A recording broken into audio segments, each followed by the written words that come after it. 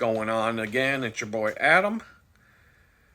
Probably just going to tap this on to the last video I shot. I am not feeling like doing bicycle maintenance day today. I've been up for a while now. I've been piddling around. Really haven't got much done, to be honest. The day after I do this bakery run, whether it be Sunday or Tuesday, it's rough. I'm gonna get some stuff done. I've got a few things I'm looking at. I gotta clear out some space, get some chores done, and then I'll start wheeling the bicycles in. Once I get started, I can work at a pretty laid back, lackadaisical pace on the bicycle work. And, you know, I'm not, other than cleaning the bike and just a general quick tune up and replacing the drivetrain replacement's going to take a few, but it's not going to be as bad as I think, but it is going to take longer than it should, if that makes any sense. Because I'm not in the frame of mind, I'm not organized enough to, I don't have a bike shop with all my tools hanging up on a pegboard and all organized, and every tool has a spot in the permanent work stand and all that stuff. So, and it's like, which bike do I want to work on first? The one that needs the least amount of work so that I can just hop on tomorrow and ride, just in case I don't do the other one? Or do I do the hard one first and then maybe not even get the other one done because that one, I don't know. I have all the parts, all the tools, everything I need, I have. So I just got to lay out a space to work, but there's some stuff I need to do in the meantime. And I think there's a little bit of anxiety about here we go. I don't know if you could hear that in the background, that 24 hours a day, 7 days a week, that's what you listen to in here. If not more, if not worse. So there's some anxiety going around about this place that I want to move into, and it's threefold. Number one, I thought maybe the landlord was ghosting me, but I also know that the guy has, he's getting a lot of calls and emails and messages and texts, and so we'll talk about that in a second. Number two is I don't want to move into a place that I can't afford. And I know I can afford this, but it's a step up from what I'm paying right now. What I paid at the first of the month this month to stay here another month. $450 more per month is what it will cost to live there. That's more than a car payment. So if I had stayed here and bought a car, that would be the equivalent, but I'm not getting a car. So that's a huge jump for me right now when I'm broke. But when you factor in the fact that the guy here wants $200 a month more for the place, now that is and that's not something I can, the only fight I can get out, if I fought the guy tooth and nail, I can get 2 more months here. And that's fighting tooth and nail to keep him to the lease he signed, and possibly having to go to court and all that stuff. And so I'm kind of like, And then the anxiety of I don't want to wait too long past, I don't want to go past the middle of the month without assurance that I've got a place to live at the end of the month, because I still have to work out, getting a rental vehicle and some other things figured out. And so it's nerve-wracking. And I do have a place that I could move into. The only bill I would have on top of rent and internet would be electric. And I don't know what to expect there, but the moving cost, the money I have to come up with to move in is much less, because the guy worked out a deal to split the security deposit in half over 2 months. So the first 2 months will be expensive for rent because half the security deposit has to be paid, but and electric. So there's just like all these it's scary. It's scary to think about this stuff when you're just trying to get settled in, and you have to, and this just nonstop stress. I didn't even get to live in this place for 2 months. February and March I lived here, and then April 3rd it all went to shit. And so the month of April and May have been fucking horrible in terms of stress and scrambling and trying to figure it out and get to where I can move. And so I actually called the landlord for the place that I'm interested in, and we talked for half an hour. He remembered me, but like I said, he's talking to a lot of people, and he's not jerking me around, which I respect. He didn't ghost me. He answered the phone when I called. We talked for a minute. I'm glad that I called him instead of sending another text, because it took him a minute to remember, because he's shown it to other people. And so he's like, oh, I remember. Okay, now. And he didn't remember everything that we talked about last Sunday, so we had to rehash some of that. But he knows. He knows that I have he knows that I have that criminal record. He's asking me that if he decides that I'm the guy, can I prove that I have income?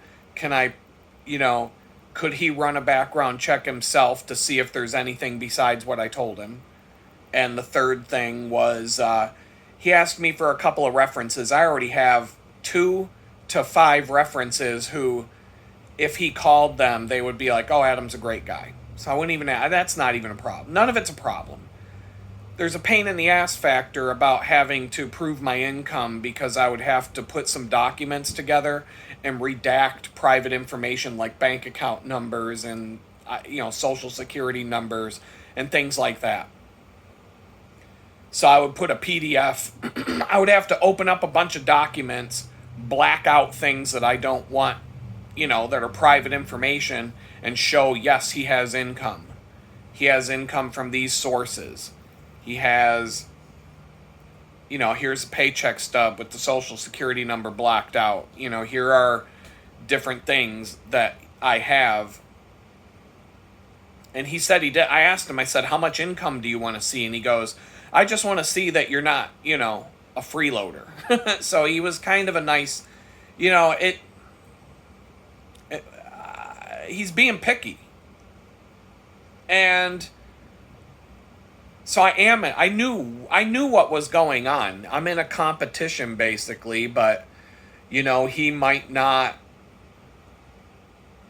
And I even told the guy, I said, look, if you pick somebody else, I don't have I know how it is. I would be the same way. And I would. If I had a place to rent and I had 20 people up my ass about it, and I took 20 different people on a tour and they all wanted it, I would try to pick the one that I thought would be the best tenant of them all. I mean, it's how it is. It's, it's the way the world works. I don't have a problem with that. My problem is I just want to know, one way or the other, did I get it? Did I not get it? And then if I get it, if I do get it, is the money all lined up so that I can just, boom, make the payment and be done? In this situation, I have a check. My check came yesterday while I was at work. But whatever. I have to go to the bank on Monday. That'll be available on Tuesday. I have money in 2 accounts. I have bills coming out of those accounts between now and the end of the month. I got to figure it all out.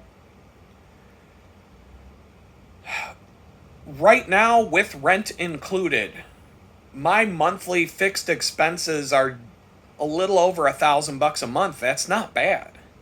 And that includes internet, rent, and all of these ancillary bills that go with doing my freelance work. The monthly software subscriptions, web hosting, and all that kind of stuff. A little over $1,000. I could even give you an exact number if I sat down in front of it, but I'm not in front of it. And I could even give you the aggregate of There's quarterly bills that I pay once every 3 months, and then there's annual bills that I have to pay once a year. And if I divided those by 4 and divide the quarterly ones by 3 and divide the yearly ones by 12, I can add it all up and say these are what my fixed expenses cost every month as just a number. And my fixed expenses will go up by about $450 if I move into this place. So there isn't much to trim in terms of fat. The bicycle expenses I just blew money on. It is what it is. I have to have a bicycle. I have to have having the 2 bicycles is a blessing. I'm thankful for it, but I got to keep those in good shape. My cycling shoes are starting to crumble. They're rideable. I've still got some miles left in them, but there was a little hole developing in one of them, and I was going to try and get a warranty replacement, and I still might, but now there's like other rips and tears and holes starting to pop up in them, and I'm like, if I have a chance to get to the bike shop, this bicycle shop is so hard to get to, though. It's not an easy bike shop to get to if you're on a bicycle, which is ridiculous. It's so bad. That road is so insanely toxic and bad to ride on. I try to avoid it at all costs. And you have to be on the northbound side. Forget it. If you're going southbound on the same road, you can't get to it from there. You'd have to go about 3 miles south, turn around and come back.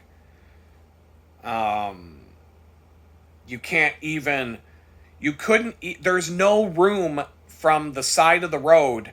Like, there's no grass that you could walk on to get to it from, like, it's impossible. You would be going head on into traffic on a 4-lane road with no shoulder at all. Not even 2 inches. Riding the opposite direction of traffic. Even if you tried to walk your bike on the grass on the side of the road, there's literally none. These roads here are so insanely toxic. And there's like a whole area of wood. It's so insane how there's no connector road. Like, there's just so many things where you can't get to somewhere except for one road, and only one road that gets you to where you have to go in Houston. And if there's something wrong with that road, you don't get where you're going. And that's it. That's all there is. And it's like, it's so ridiculous that you can't even walk. You can't even, like if the apocalypse came and the roads are all jammed and clogged with cars, you would literally you would have a real hard time just walking to get where you need to go. Is the number one thing I hate, and I mean hate, about Houston is the roads here are the roads here are the worst I've ever seen. Not in terms of condition. The condition of the roads is actually the roads are actually in good shape. There aren't too many potholes. Pennsylvania is a nightmare in that respect.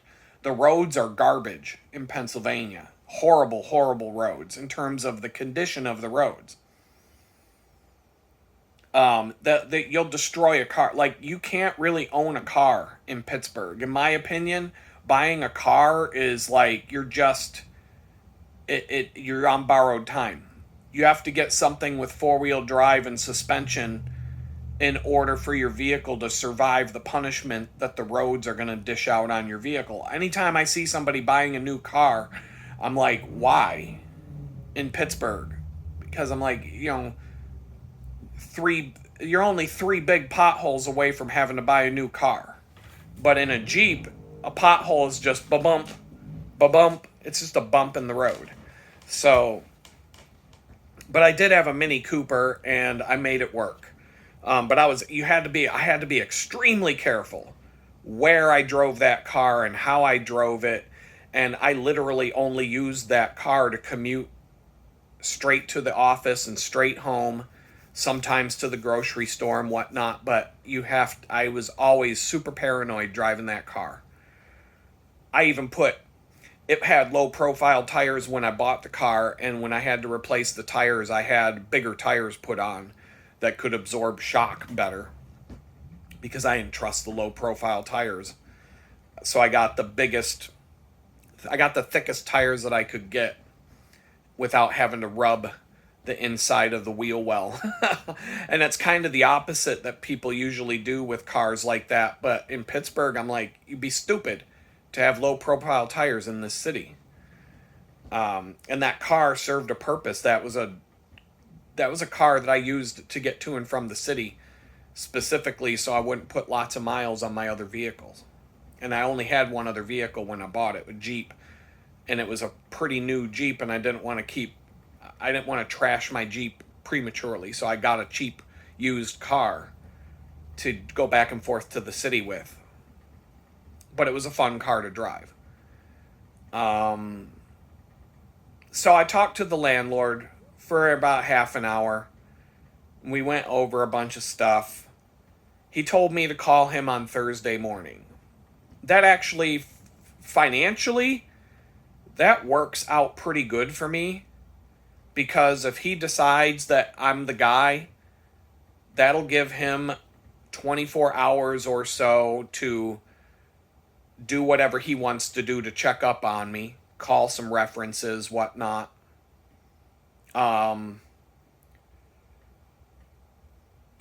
Go through that whole process. And then Friday I get paid. I get a paycheck from the bakery. It's not a lot, but it'll help.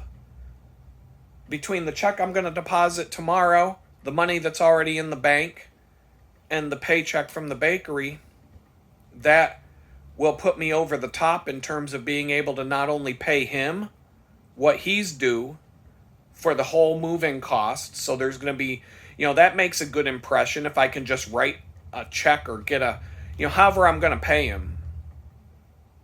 Right there, boom, on the spot. I don't got to be like, well, I'll give you some of the money now and some of the money next week and none of that shit. So that I'm all set for June 1st. And then all I have to figure out is by the end of the month, how do I get the moving truck, a U-Haul set up. And obviously I'll have my work cut out for me for 2 weeks. But packing to move here, I started packing on the night before I moved. Now, granted, a lot of the stuff was in my friend's garage already, and it was in like a pile. It was in a space in the garage. So a lot of the stuff, I would say I would need 2 whole days would be more than enough to get ready and packed, but also still keep my place functional until I actually, until the morning of. Wherever I move, that's going to have to happen. So I think the timing of the last day of the month, I believe, is a Saturday, which is perfect. It's the perfect day for me to move. The day before the 1st, I think, is a Saturday. It's a weekend day. I just don't remember if it's Saturday or Sunday. I'd have to look at that. Everything kind of lines up right for this. But there's a lot of anxiety. I don't want to move into the place. And so far, when I talk to the guy, I think he's a nice guy. I think he would be a decent guy to rent from. Obviously, you got to pay that rent on time. You can't cause any problems, especially, you can't run into any problems the first 3 to 6 months on a new lease somewhere, because that just leaves a bad taste in their mouth. If you establish yourself as a good, reliable tenant, and then you have a problem, then somebody's going to be more likely to work with you, but unfortunately, you can't have any problems for a long time. And, the last place I lived for 6 years, they never had a problem with me until the FBI came to my house. There were a couple of times that I forgot to give them they lived around the corner from me. It was 5 minutes to get in my car and go down there. Usually I would just drop off a check. I would always drop off a check in person. I don't remember. Maybe one time I put money in the mail because I was out of state, and I said, "Look, I put a check in the mail for you today, but I'm in Florida, and so I hope it gets there on time." And they're like, "No problem." There was one time I totally forgot to go down and pay him, and at the 5th of the month, he calls me up and he goes, "Hey, you got a check by chance?" And I'm like, "Oh shit, I'll be right there." And I went down, like, I dropped what I was doing and drove down there and gave him a check. Because I don't know what I was doing. I was wrapped up in something and just totally forgot that it was even the beginning of the month. I just slipped. But that was the worst. And I lived there for 6 years. From 2016 to 2022. 6.5 years. Yeah, 6.5 years I lived in that house. So, they even told people that I was the best tenant they had until this shit happened. And the FBI damaged their house. And plus, it was an embarrassment because everybody knows everybody in that town. So everybody knew whose house that was. The whole thing is just a fucking embarrassment. This is an awful situation. But I don't want to make a bad impression. I'm just as paranoid about doing this as the guy is about picking the right tenant. I don't want to pick a house that's more than I can chew, or a place that's more than I can do. I don't want to get into a place and go, "Oh my God, how am I going to come up with that extra money?" But it'll just be, you'll sacrifice, you'll find a way to cut corners, and you'll find a way to make more money, one way or another. And being in a good place that's tranquil, that allows, if I'm not all stressed out every day about the crap going on with my place and the landlord and all the crap that entails, I'll be able to focus a lot harder on my work.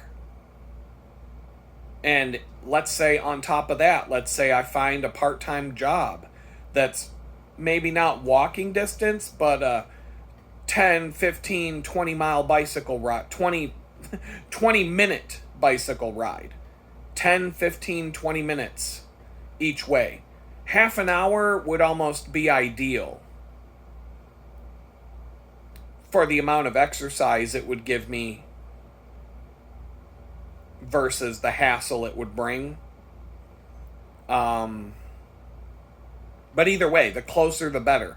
The closer a job is, the more hours I can work, the more I can, there are places I could still walk to from there. There are a few places that are walking distance from that spot. But there are different reasons why I would never get a job at those places. But either way, I've got some things cut out for me this week.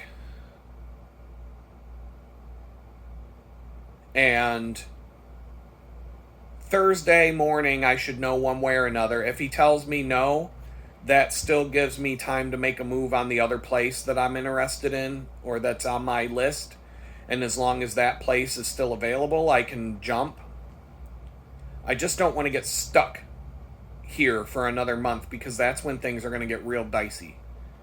And I just can't do this anymore. And that stress is crippling me.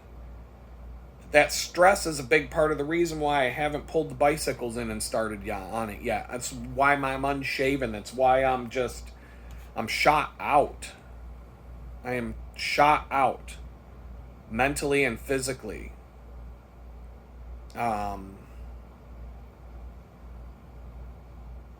This is the hardest period I've gone through since I got out of prison. This last month and a half. Being homeless wasn't as bad as this. Stress-wise, I was stressed out when I was homeless all the time, actually. But this is worse.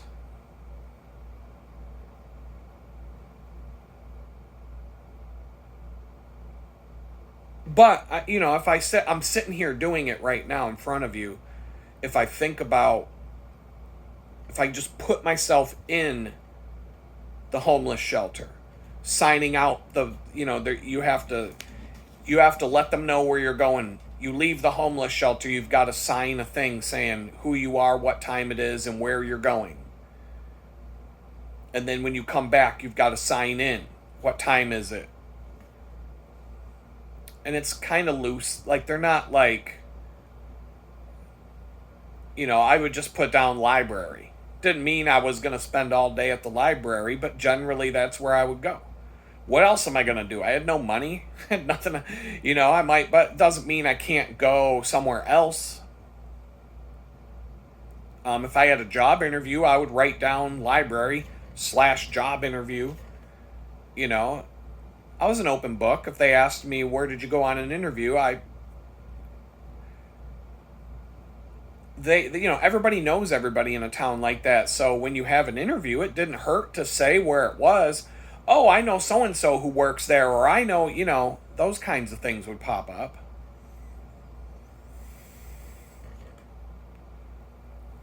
You might want to go check out this place or talk to these people. Talk to them. And some of the people at the homeless shelter were well connected with different people in town that could help. And so they helped me a lot. There were things I hated about living in a homeless shelter.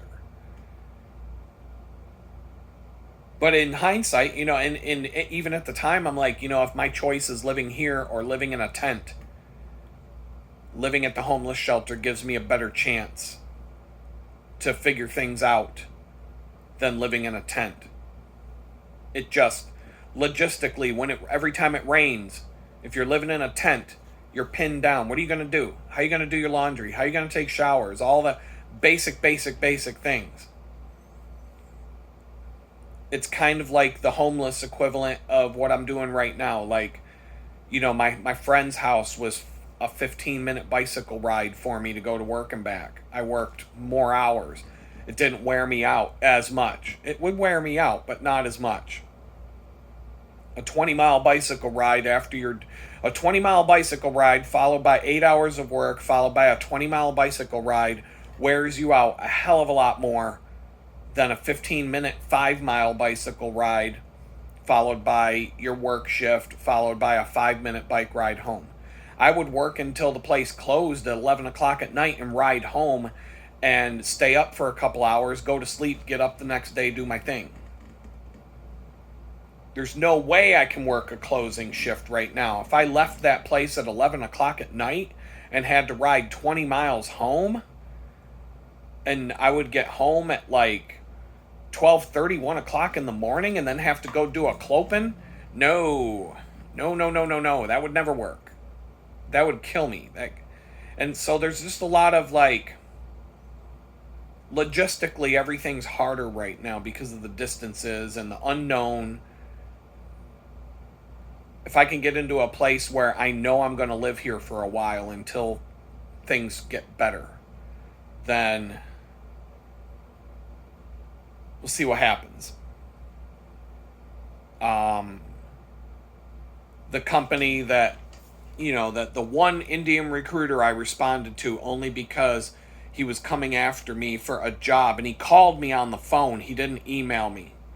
He called me on the phone and told me, he called me on the phone and I didn't answer.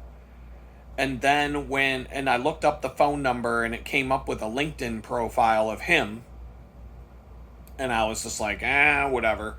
And then he sends me a text message saying that he has a job opportunity right here where I live, and he described it, and I'm like, I know what job that is. And I've already applied to it through an American recruiter, and the American recruiter ghosted me after the phone screen went well. It was like a week after the phone screening, she sent me a copy and paste standard rejection email with no explanation as to why. She just said, we're not moving forward with your candidacy. Thank you for your interest. Just that general. She probably just clicked a checkbox next to my name on a website form and hit submit, and it sent me the email. I wanted to call her and ask if there was a reason, and I just never did. I had other things I wanted, just add it to my list. Um, so I don't know. I think for me to get motivated today, I gotta scrub this off, get the scruff off, shower up, take a shower so I can get dirty, right? Working on bicycles. But I do need to take a shower. I'll feel better physically. I've got to I've got to do enough chores to clear off the table's space that I need. And then I got to set up a couple of things. I got to set up my bicycle work stand and pull out the tools and the parts and lay them out. And just make sure I've got this table sitting next to me. And then I've got to set up a space to charge all my lights and all my gear that's been neglected.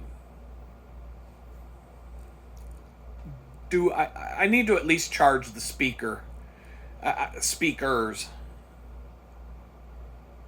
so that tomorrow I can at least, whichever bike I take, I can listen to some music. I don't know. It's kind of like this. I really don't want to do it today. I'm not going to lie. I feel like I physically just need a day to sit and do nothing.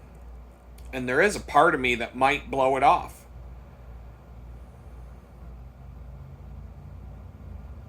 It's one of these things. It's one of those, if I get started on it, I'll get it done.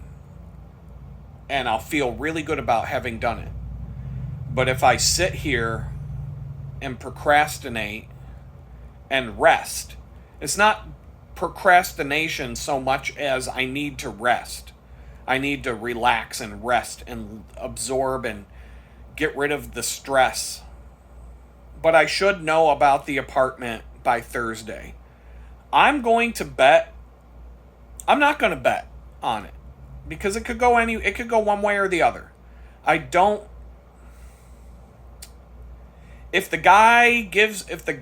I call him on Thursday and he hems and haws and kind of, well, I've got more people lined up, I don't know, blah, blah, blah, and he just kind of dances around it, I'm going to take that as okay, I've got to do something because I got to get something closed by the end of the weekend.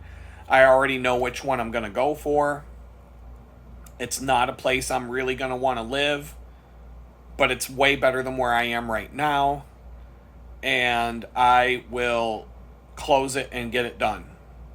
Because in that case I have to get the electric company to turn the electric to my name. I don't know if that place had power when I went and looked at it. Like if the power's already on and I just have to switch it to my name, that's a little easier to deal with than if the power is completely off and has to be turned on. And do I have to be there when they come to turn it on? And just whatever.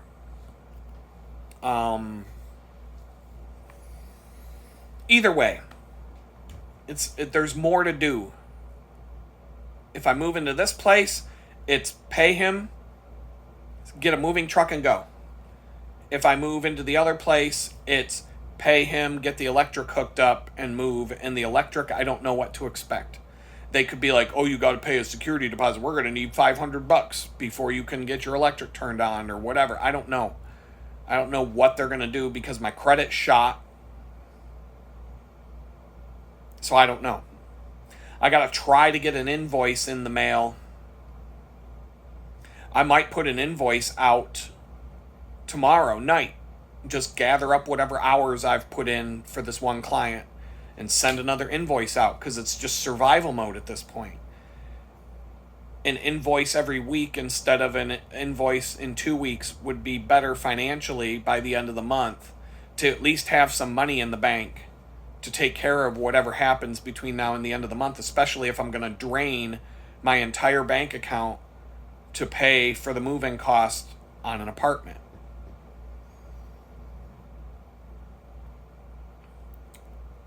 It's too much. I've got to stop. I have to stop running around in circles and freaking out.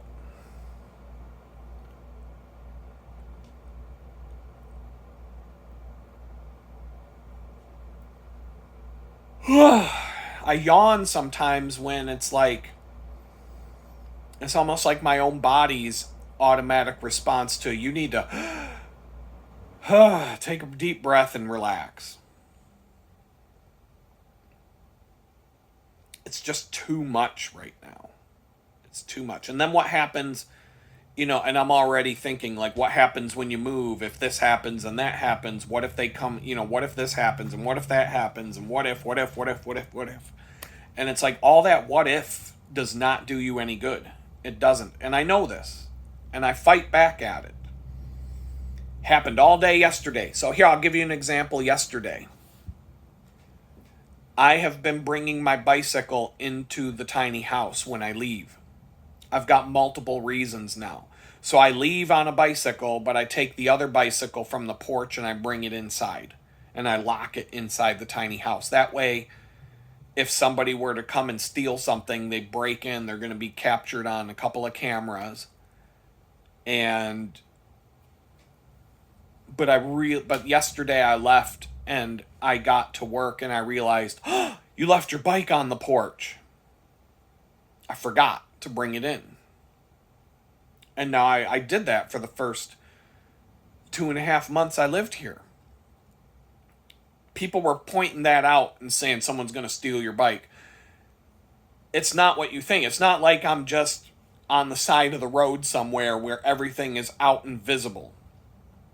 I'm in a backyard that's fenced in.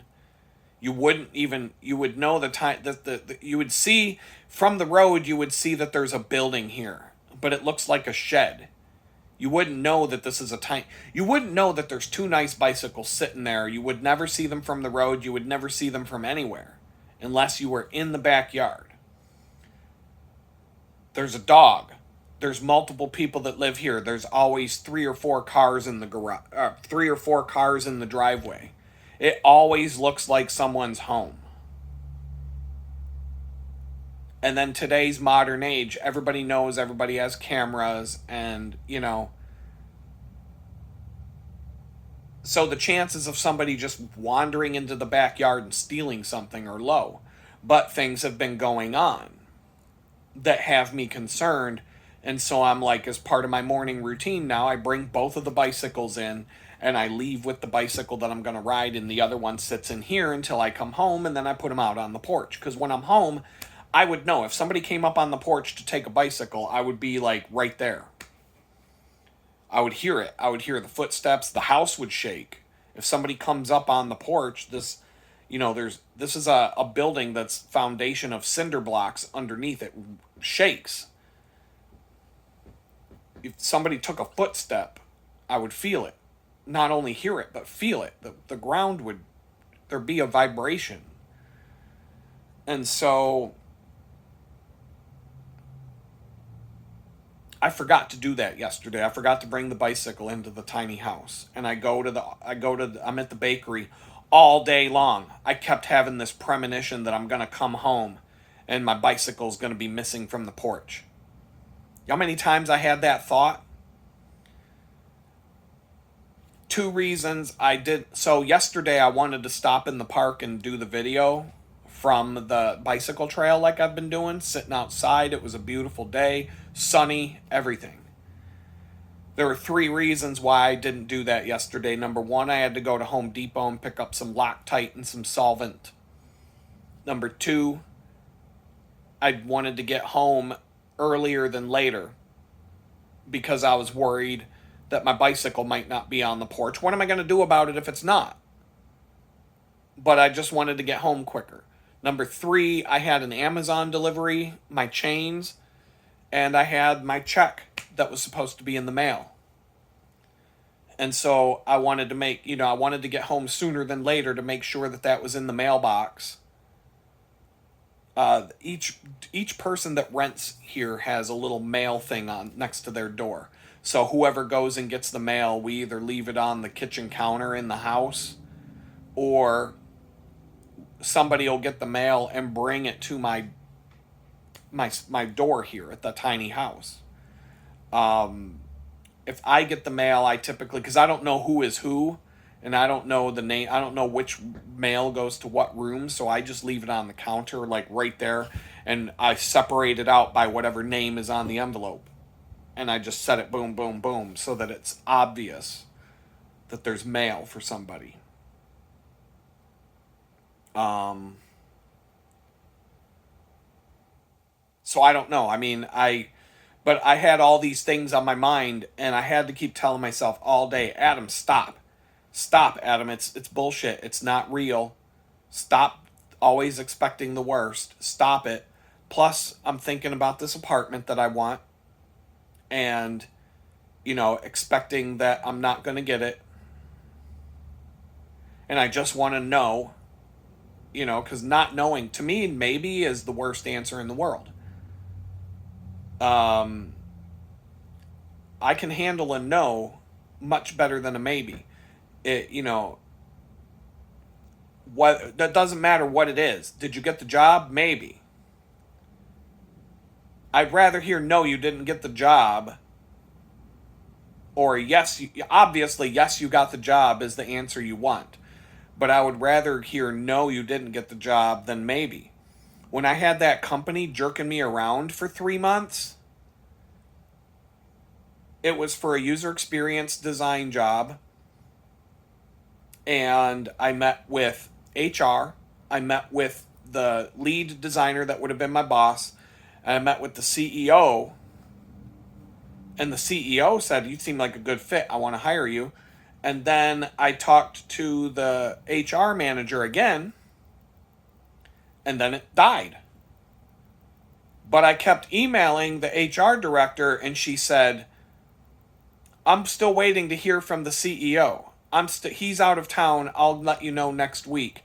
And then it turned into, "I'll let you know next week." And then it turned into, "I'm going to call all of the references that you sent me and get that out of the way so that part of our process is finished."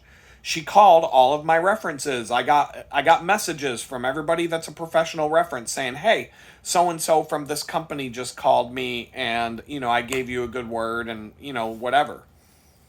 And then I sent her another email, and she kept saying, "Yeah, we're working on it. We'll let you know." And then finally, it just got to the point where I was like, I'm done beating a dead horse. The answer was always maybe, and it never turned into no. It just went away. And to this day, I wonder, did they ever hire anybody? Did they just not, did the economy or whatever change? Did they ever hire somebody, or did they just not hire anybody? Or did they keep me on a list to call some other day? You just never know. If they said no, you could put it down and move on. But when they say maybe, I mean, this is months later now. I mean, we're going on. It was sometime in June last year when the first interview happened. But they jerked me around the whole month of June, July, and into August. And then finally, when I moved to Houston, I sent one more email just to check in. And it had been about 3 weeks since the last email. But after that, I didn't get a response. And I'm like, we're done. Done with that. It's not worth it. It's like a girl that you go out on, say you go out on a date with a girl 3 times. And let's say you don't, let's say things go well, but they don't go that well. Okay. But let's just say that you go out with a girl 3 times and it seems like you're going to go out with her again.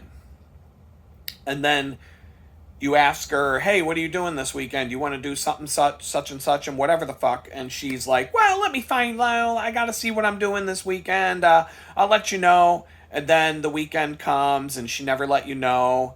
And you don't want to sound like you're desperate. So you just, you go and do your own thing. Go find something better to do. And maybe like Monday or Tuesday, you'll be like, "Hey, how's it going? How was your weekend? Blah, blah, blah. Hey, do you want to do something this weekend?" "Oh, I'll let you know. I don't know. I've got this or that and the other thing." Like, you just get this, this wishy-washy answer. And, at what point do you go, "All right, I'm done with this. I ain't got time for this shit"? typically an answer like that means she met another guy and she doesn't want to, like, she wants to keep a dick in the glass case in case of an emergency. You're the dick in the glass case. So if things don't work out with Chad, who she met last weekend, she'll break the glass and, get that emergency dick if she needs it. But otherwise, she's off to the sunset with Chad. And so you just can't, like, you don't just keep texting a girl after, like, you get blown off once. That's one thing. You get blown off twice. That's pretty much, that's two strikes and you're out on that. I won't, I'm not gonna get up to the plate and get 3 strikes. I'm gonna, like, you got like 1 or 2 chances, and if you get flaky with me like that, do something like that, I'm really not gonna, she's not gonna get a 3rd chance.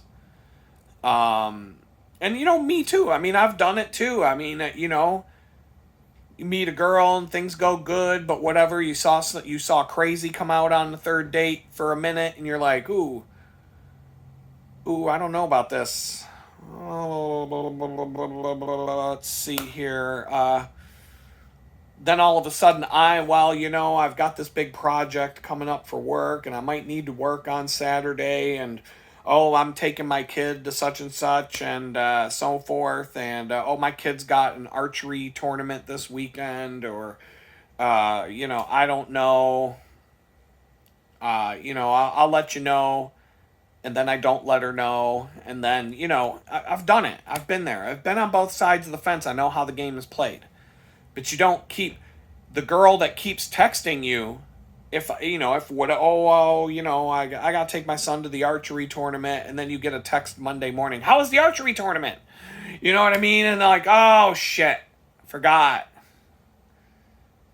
And then like maybe I respond and chit chat for a minute, because I guess I could go out with crazy again if nobody else shows up for the weekend and I got nothing else going on with the kids and I'm home alone. Maybe I'll give her another chance. I'm not sure, but probably not. We all do it. We all, guys and girls, they do that shit. So I'm not being, I'm being honest. We all do it. But it's the same. Looking for a job is the same as looking for a girlfriend. Or if you're a girl, it's the same as looking for a boyfriend. There's an interview process. But like, how bad would it look if I just kept pinging this HR chick for every week for 2 months? Hey, are you hiring me yet? Hey, did you make a decision yet? Hey, just wanted to check in. Hey, how's it going? Just wanted to let you know I'm still, at some point, it's just like, dude, take a hint. She looked you up on Google. She found out all the shit. She doesn't want to say anything. She just wants you to figure it out yourself. So you got to figure it out yourself. And so that's kind of where I was with this landlord. But like I said, Tuesday I sent him a quick text. Thursday evening I sent him a quick text. I didn't hear back from him. Today I said to myself, I'm going to call him. If I get voicemail, I'll leave a message. If I get him on the phone, we'll talk. He picked up the phone. But he also said I wasn't in his contacts. He said he was putting me in his contacts so that if I call him on Thursday, he'll know to answer the phone. I usually don't jump through hoops when it comes to rentals. To me, that's I don't want to say it's a bad sign. Because, I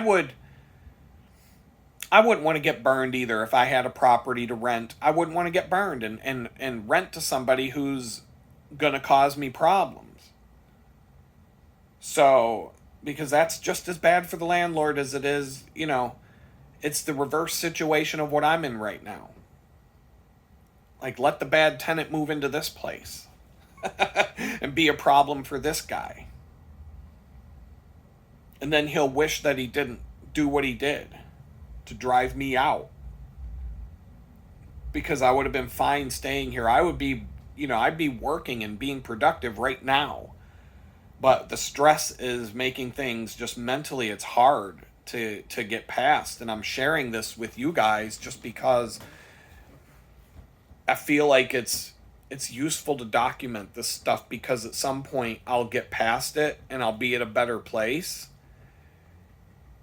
and it'll just be a testament of, you can get to rock bottom and you can find your way out. Look at what happened to this guy. And it wasn't sunshine and rainbows. It wasn't like some magical day. Everything just went, everything just went right, and on this magical day he marched off into the sunset and everything was perfect again.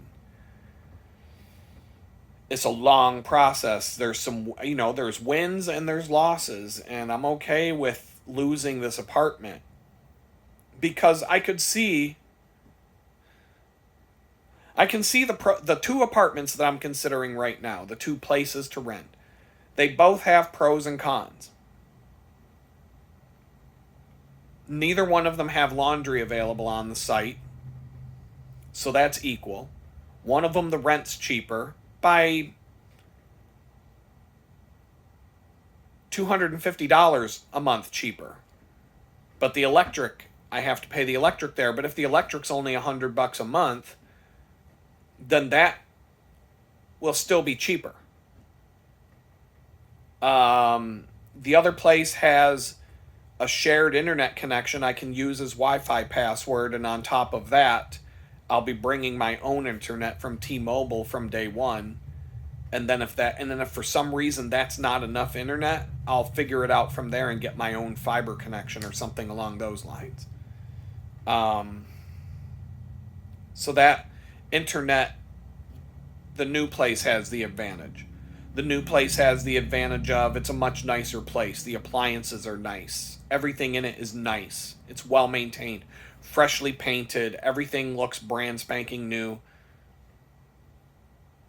In terms of the landlord proximity, they both have a situation where the landlord is on the same property, so that kind of evens out.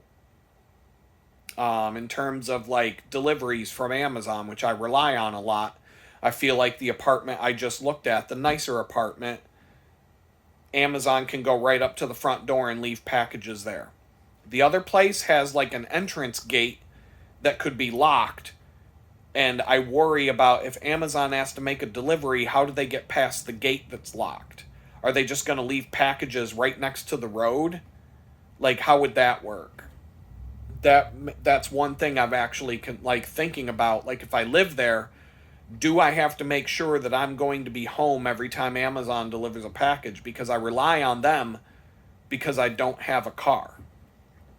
And I'm at the point where when you buy something in the store, typically it's garbage.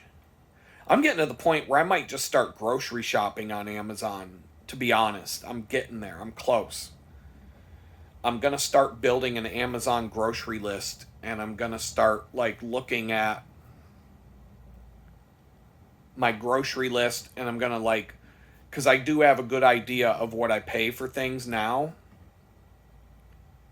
Would I get a better deal grocery shopping on Amazon? And then just for produce and fresh foods and things like that, I've got a backpack and I ride my bicycle everywhere. So on the days that I'm riding home from work, stop at the grocery store, pick up a steak, whatever. Pick up the things that go around the grocery store and pick up 3 or 4, lemons. I need some lemons. I need carrots. I need a steak, whatever. I can pick up stuff from the grocery store that is the perishable stuff like that. And then just all the dry goods and everything else on Amazon. And that way I'm not carrying 50 pounds of groceries. I can work out a different way of doing things to make life a little easier. So comparing the two places, one is a brand new build that's never had anybody living in it, and it's actually in really good condition. The other one is just a really nice build, and it's had people living in it, but it looks like it's a brand new build that, it's a beautiful place. They're both, one's nicer than the other.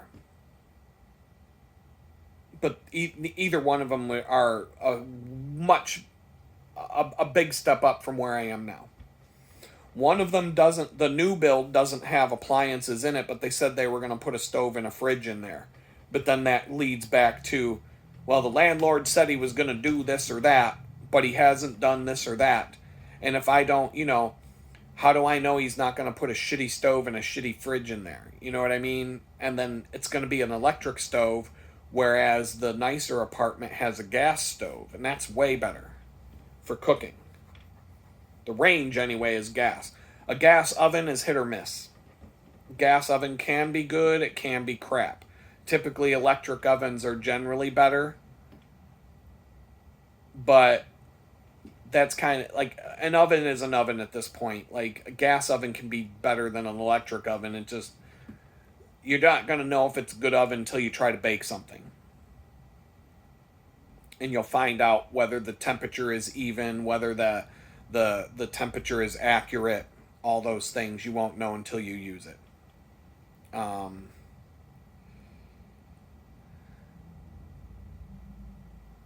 Distance wise from my job, they're both, I mean, I'm almost convinced they're the exact same distance, down to 1/10 of a mile. Probably one extra mile that from what, so it'd be 21 miles each way instead of 20 each way. Either place, I think, would work. If I looked on Google Maps and just said, what's the bicycle route distance from here to there and there to there, they would be identical within 1/10 of a mile. So that cancels each other out for now. One of them is closer to a grocery store. There's like a Walmart community grocery store thing. I don't know. I guess Walmart has specific grocery stores that are just a grocery store and not a full Walmart. And there's one of those less than a mile from the one place. So grocery shopping instead of Amazon, I could put on my backpack, walk about 3/4 of a mile, and pick up groceries, turn around, and come back. It would be a better walk. It would be a better, more pleasant walk than what I go through right now to get groceries. Laundromat's about 2 miles away. From the other place, the laundromat is closer. It's the same laundromat, I think. But I would have to either go to a laundromat or get the portable washing machine thing that you get on Amazon for $200 that you sit in your bathtub and wash your clothes with it. Because those are the only two options I'd have. But I've seen them work. It's just with that laundry thing, with the washing machine that you use in the bathtub, you're going to be doing laundry pretty much the whole day. If you have a full load of laundry that you would normally, like a full load in a washing machine would be like an all-day thing in this thing, because you could probably wash one pair of jeans at a time and maybe a handful of shirts and things like that. You would just have to kind of split it up. But you might do 5 loads of laundry in that little thing for the equivalent of what one load of laundry would be in a real washing machine and dryer, full size washing machine and dryer. So that's something to think about. But it's equal on both apartments. So there's no, everything's just about equal, but the one is just way nicer. There's nothing to push one over the other. Plus I've got, today, tomorrow, Tuesday, and Wednesday that I could possibly line up another place to go look at, and that gives me leverage on Thursday. Well, I'd like to say yes, but I have to go look at one more place. You know what I mean? Like, that could happen. Could totally happen. But I do have to make a decision by the 15th or very close to it, so that I also have to tell my probation officer if and when I'm moving. This guy here,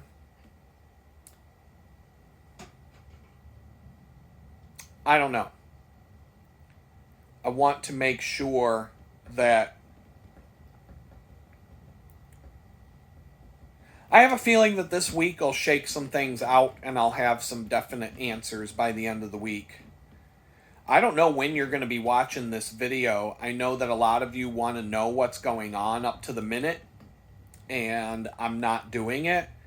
And I just hope you understand that I'm not putting an up to the minute update until once I move, I'll do more regular videos and I'll keep you more up to date with what's going on in more real time like I was before. The fact that I'm putting out a video every day and I'm pre-scheduling, it helps with the algorithm. It's helping with different things on the channel. So I think that's something I need to continue doing. But I do want to give you the up to the minute update. But at the end, I'm still here in this tiny house, and I don't want to, everything is so, I don't want to turn my situation, which is a nightmare to begin with, into a worse situation because I gave away my plans. That's why I'm revealing things to you guys, but I'm a week and a half ahead of where you guys are in the story. So, I just got done telling you about the guy having a criminal record, and he's just a shady guy, and all the scams that he's pulled on people. And I'm 2 weeks ahead of that right now. I'm more than 2 weeks ahead of when I found all that out. And so I'm grinding and trying to get through this. And I got a text message from somebody here. What's this?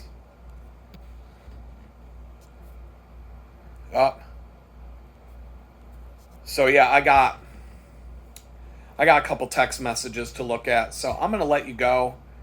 One's from the landlord at the new place I'm trying to get into, and I think he's just sent me a text to let me know that I didn't read it, but he's probably just letting me know that he put me in as his contact or whatever, just being friendly. He might be telling me he doesn't want me to live there. That's fine. In fact, if I found that out today, it would make life easier. But I'm going to let you go for now.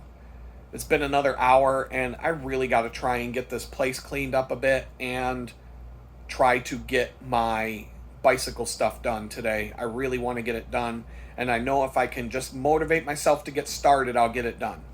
Peace out. All right, well, the Red Rocket is almost ready to ride again. I got a nice, shiny new drivetrain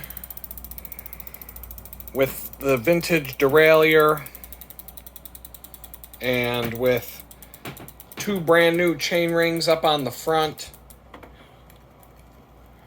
It's looking pretty good. There are some small imperfections that I don't like. I don't know if I really care enough to do anything about it at this point. I think I did the best I could, and I think that this is going to be a way better bike than I've experienced in a long time. But I'll talk about the imperfections in a little bit. One of the imperfections here, well, I'll talk about it right now, is this chain ring right here. If I look at it from the other side, I don't even know if you can really see. The chain ring has these pins right here, and it's hard to see with the lighting, but there are also these ramps that you can see right here. And they help lift the chain from the small ring to the big ring. And in a couple of gears that you should never be in, the chain actually rubs against this chain ring. If I'm in the small chain ring up front and the smallest chain ring in the back, they start to rub against each other. And that could be a problem when I'm riding, but you're not supposed to stretch the train across. You're not supposed to stretch your drivetrain across those gears like that. So the smallest gear in the back, where my finger is, the smallest gear right here is your biggest gear in the back. That's the hardest gear to pedal. And then as you step up, the biggest cog in the back is your smallest gear ratio. That's for going up hills. But in the front, it's the opposite. The front chainring is the one that's hard to pedal, and that's for, flats and going downhill. The small chainring is for going uphill. But if you remember from a previous video, when you're in the small chainring, these two gears are the only... When you're in the small chainring, these top two gears right here that I'm pointing at are the two gears that you get that you don't have available to you in the other chainring. And when you're shifting to the bigger chainring, these bottom two gears are the two gears that you have available that are not available on the other chainring. So, it's well known, if you bike a lot, your rule of thumb is, if I can put this in, you never want to shift to the top chainring and the biggest cog and the biggest cog at the same time, and you don't want to shift into the small cog and the small cog at the same time. You don't want to stretch your chain across the full width of your gear system. That will prematurely stretch out your chain, and this big cog and the big cog up front is going to be the same gear as you would get in this one with the big, or what am I talking about here? My mind can't even wrap its head around this sometimes. This gear right here this gear combined with the big cog, right, is the same gear that you would get with this. Yeah, okay. So if you put the chain on the biggest cog and the biggest cog in the back, that's the same gear ratio that you would get putting the chain on the smallest cog and the third from the back. So the third gear from the end and the small chainring is the same gear as the biggest cog with the biggest cog up front. But when you shift into the small chainring, that is the same gear ratio.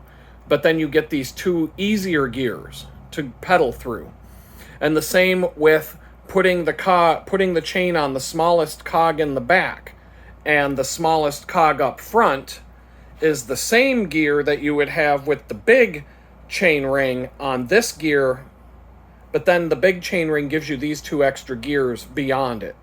So it's like a 2-gear shift when you switch from the big ring to the small ring, and that depends on the bicycle. It depends on your gear ratios. You have to look for your own bicycle to know how many teeth are on each cog and how many teeth your chain wheel has, and the size of your wheels come into play like that. But typically, the front gear on your bike is to determine the range that you want to have available, because you're either going to go uphill or you're going downhill.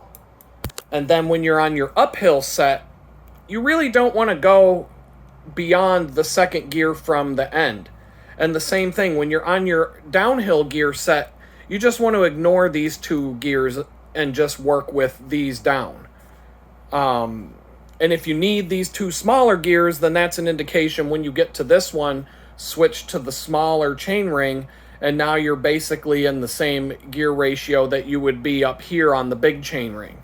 So switching from one chain ring to the other on this setup is going to be essentially the same as it's going to be the same as a 2-gear swing. Every bike is going to be a little bit different, and like I said, it depends on the difference between your front chain ring size and your large chain ring size, and the number of teeth on your big cog in the back to your smallest cog in the back, and your wheel size and all that stuff. And this long cage derailleur, this part of the derailleur is called the cage. Normally on a road bicycle, they're about this long. But this one here is from an old mountain bike. And so that allowed me to put this larger set of gear ratios. This is basically a cassette that you would see more on an old school vintage mountain bike. And then I just went with the largest gap that I could accommodate with the chain rings up front. And so I gave myself the maximum amount of gears. But as a drawback, I've got a little bit of chain rubbing when I switch down to when I put it in the small gear ratio here in the back, and then I move the derailleur a little bit away, that chain is rubbing up against, I don't know if you can see, but that chain is very tight against that chain ring, the large chain ring, and there is some rubbing going on there. And that could get on my nerves when I'm riding, but typically, like I said, I'm not going to be using that combo. I'm going to be using that combo with that chain ring all the way up to the biggest chain ring. And then when I switch to the big chain ring, I'm going to use the smallest gear in the back all the way up to about the second one from the big one. And so, you know, it's just a matter. Now you have to size the chain. If you see what you're gonna have to watch while I do this. It's gonna look a little goofy. And when you put a chain on a bike, you need to make sure that the derailleur can accommodate the biggest chain stretch that you can possibly give it. So putting it on the big ring, what I told you not to do, I'm doing. Because you want to make sure that the chain can actually accommodate that in case you were to do it by mistake or some other reason. You don't want things to break. You don't want to break your rear derailleur because your chain isn't long enough to support the longest set of cogs that you have available. But on the flip side, so that's why that cage right here, you can see that it even it can stretch a little bit farther. But on the flip side, you're going to have to watch while I do this.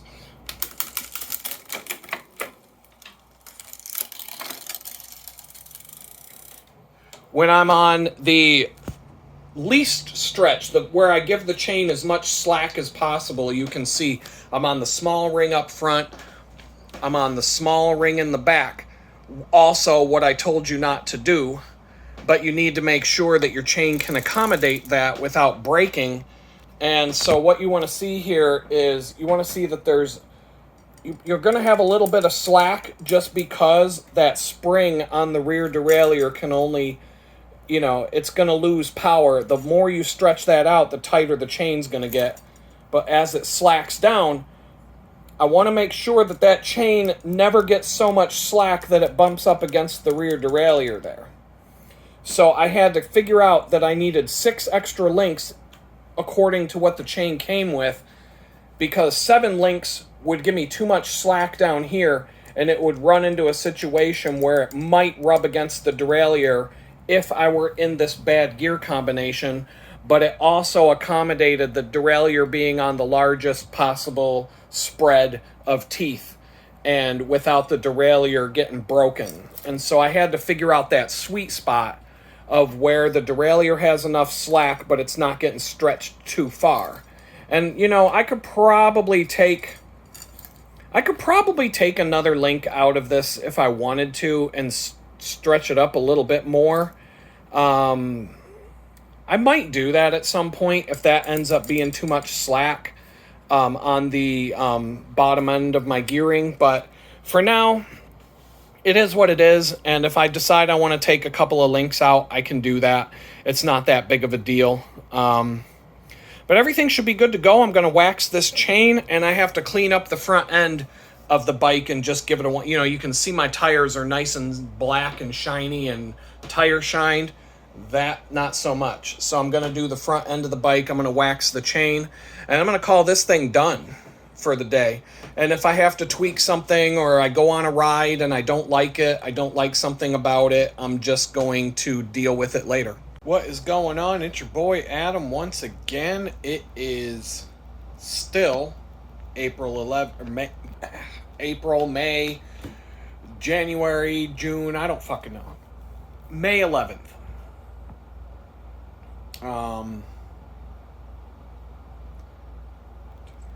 6 days away from the day I officially became homeless. Woohoo! Almost the 1-year anniversary of being homeless. I'm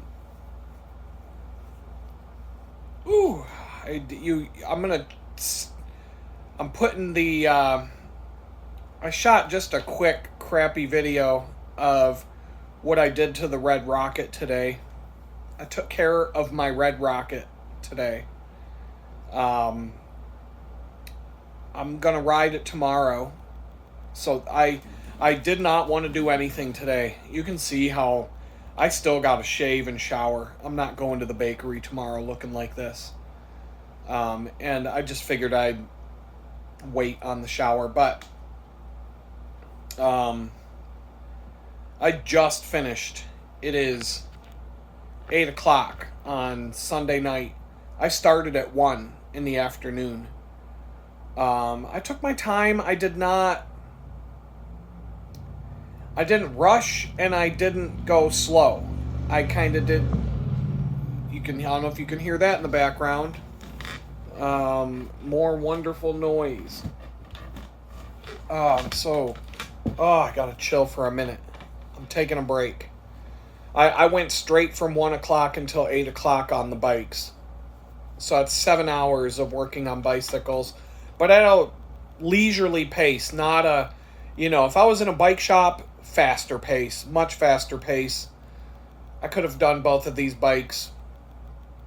Red Rocket probably would have taken 1 to 2 hours at the bike shop if I had all the tools and a workbench and everything. Like, having a workbench and all your tools organized and everything right in front of you and a shop quality work stand, and there's just so many things that you have available if you work in a bike shop that make things faster than doing it from home. So you got to keep that in mind. But I cleaned everything. I did a pretty good detailed job on the bike today. Tire shine on the tires and everything, like, just made it look. That's an old bike. The frame is from between 1986 and 1989, I believe. I still can't make out the serial number because the way they painted the frame and the way Cannondale stamped the serial number to those frames, they're kind of unreadable.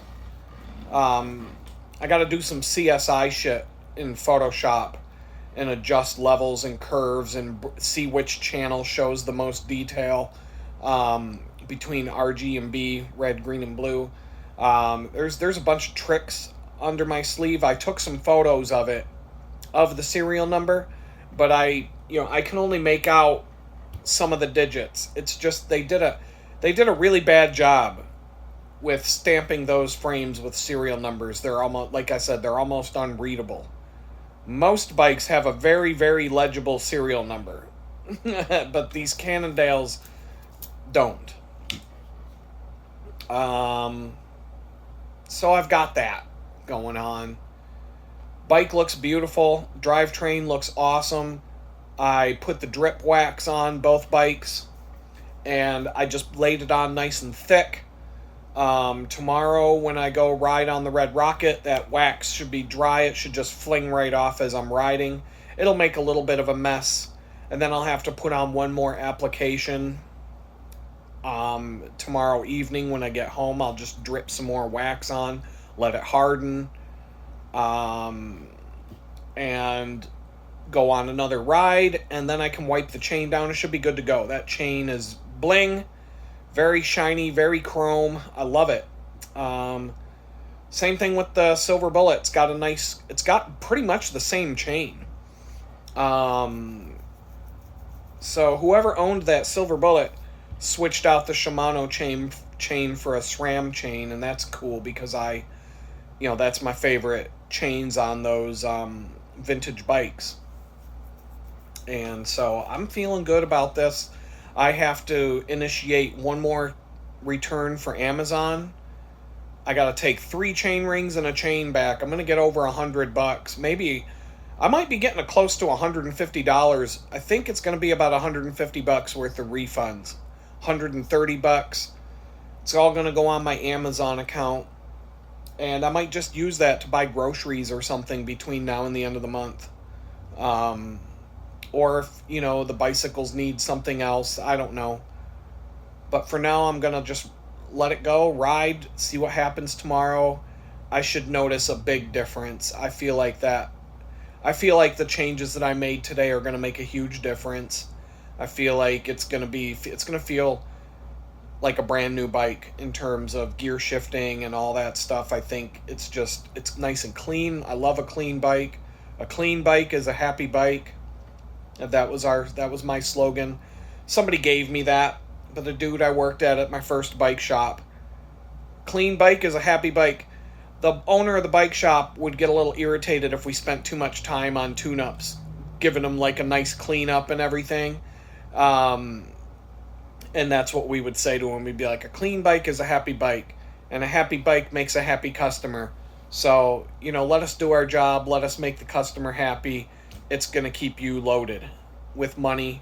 So, you know what I mean? Like, let it go. But clean bike, happy bike, both of them awesome. Tuned in. So I replaced the whole drivetrain on the Red Rocket. And then on the Silver Bullet, I put on a new seat post. Solid seat post. No more loose seat flopping around. And the only thing that one needed, I had to put some Loctite on a set screw to see if my brakes will stay put and not get floated out of adjustment. And if they do, I've got another way to fix that. I just don't want to do it. And then, what else did I do to that bike? I did something else to that bike. The set screw, the seat post. Oh, and I put a really nice water bottle cage, and I put my stainless steel coffee bottle in the water bottle cage. It's secure. Totally snug and secure. I took the third water bottle cage off of the Red Rocket because I'm really not using it. And for these commuter rides, and with the new chain rings that I put on, there was some clearance issues because I put a smaller chain ring on. It looked like, I just don't like the way that water bottle sits on the bottom of that bike. So I don't know what I'm going to do with those two. I don't know what I'm going to do with that under the down tube mount. If I ever go on a 1,000-mile bike ride, I'm either going to put a new water bottle down there, or I don't know. I'm going to leave it alone for now. If I think of something cool to do with that, I'll do it later on, but I don't know what I'm going to do with that. I mean, I could even mount a down tube fender using that. That would keep some of the water spray from coming up at me when I ride, and that might be that would be a much nicer fender than having. That's probably what I'm going to do. I'm going to look for a down tube fender that can mount to those 2 points. That way, if I go on a really long bike ride, I'll mount a fender down there. And that way, with a bicycle rack on the back wheel, that keeps all the water spray from the back wheel coming up at you. And if I put a fender on the down tube using those 2 screw mounts, instead of putting a fender on the fork, because I don't like those, but that just having a fender down there with those 2 screw mounts would be pretty dope. As long as it can clear the cables and stuff. I'm gonna look into that. That would be really cool on a long distance bike ride to keep the water spray from coming up at me. And then in terms of having extra water bottles, I would just figure out a way to mount some extra water bottles on the bike rack. I think if I could do that way, I could do all full size water bottles, and I could have 2 water bottles on the bike frame and 2 water bottles, one on each side of the bike rack, mounted to the rear rack. Or I can get one of those behind the seat water bottle mounts and have 4 water bottles on the bike instead of 3 and keep all 4 of them full size. So there's a lot of different ways I can handle carrying. I'll even have more water than I used to have. So I don't know. I'm just going to leave it alone now. I never liked having a water bottle under the down tube because of the fact that spray, when you ride on the dirt and spray comes up and it gets all over the water bottle and it gets all over the drink nipple. And it's like, even if you get the same water bottle lids, you can swap the lids out.